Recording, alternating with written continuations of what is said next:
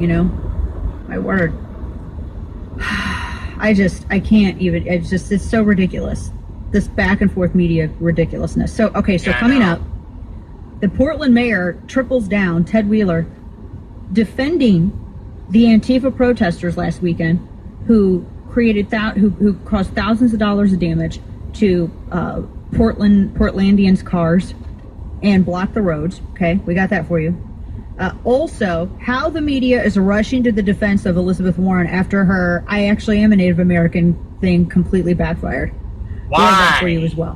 What is the purpose? In the meantime, the only purpose would be selfish, I read an article the other day that was talking about the nitrates in beets, and it was actually nothing. I don't remember where it was. If it was a Forbes piece or if it was a Wall Street Journal piece. Nothing. I'm going to find it now. I had it last night because I actually read it last night. That's it. But anyway, it was discussing how dietary nitrates affect the body, and I'm like, this is literally what Super Beets' science is based on, and they really, this became more. All right, she's getting ready to go on commercial now.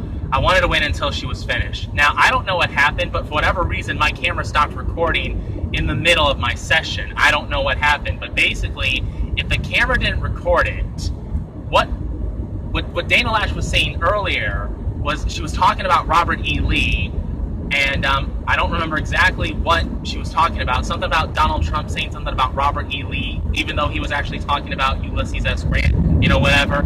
And I basically started talking about how, Robert E. Lee, he was a Confederate general. But you want to know something? The man was against slavery. Recently, in recent years, people have been making fusses about the Confederate flag because they say that it promotes racism. And that was the same flag that the Confederates used. That was their flag. The Confederate flag was the American flag for the Confederate States of America. And Robert E. Lee, of course, was one of those generals. But guess what? He was against slavery. I'm sure he wanted to abolish it. He did. But the only reason he was actually considered to fight for the Union Army because they recognized that he was such a great military strategist. He was a great military officer. They would have died just to have him as their general.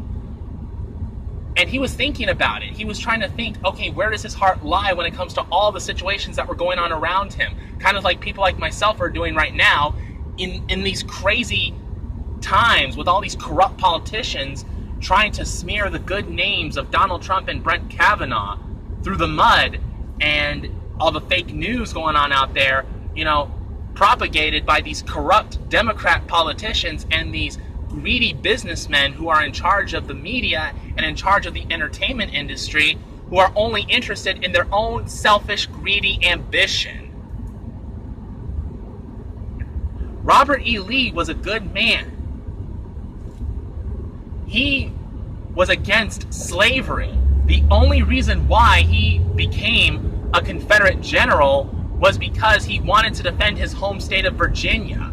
That's the only reason why. That's why.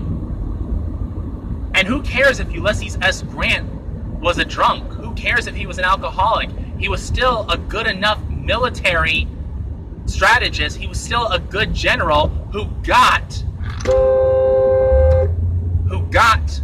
the country through the Civil War, who actually outsmarted and outwitted, outstrategized Robert E. Lee, who was considered a great military figure in his day. And what was the end result? The surrender at Appomattox, thus ending the Civil War, and slaves were freed. And one of the strategies was that Ulysses S. Grant, an alcoholic, led the army, the Union Army. And what's interesting about that is that everyone, everyone is like a darn parrot. They keep saying the same thing over and over again. And I even hear it from some of my liberal parishioners who are anti-Trump at my church. They say the same thing. They say how he's a perverted pig because he said this about women, that you could touch someone as a celebrity and get away with it, and all the other mumbo jumbo, locker talk. A lot of men are guilty of that. The only reason why they go after Donald Trump is because they don't like him. They don't like what he's doing because it interferes with their selfish, greedy ambitions, their greedy propaganda. That's the whole point. Every man in this world, and every woman, everyone at some point in their lives, Everyone at some point in their life was greedy of some sexual sin. Even I'm guilty of some sexual sins. I'm not going to say what they are, but I'm guilty of sexual sins no different than anybody else. But no one's attacking me. Mainly because I don't talk about my sexual sins. There's no reason to do that. Everyone is guilty of some sexual sin. At some point, someone has at least masturbated. And according to some conservative fundamental Christian ideologies, that's sex outside of a marriage, just basically having sex with yourself, and that's considered a sin. Someone, at least one person, no. Every human being in this world at some point in their lives, my grammar's getting mixed up here. Everyone is guilty of at least masturbation. Even if they don't watch pornography, they got pornography in their mind. You know, they fantasize, their fantasies, sexual fantasies, when they think about sex. The point is, everyone is guilty of some sexual sin, even if it's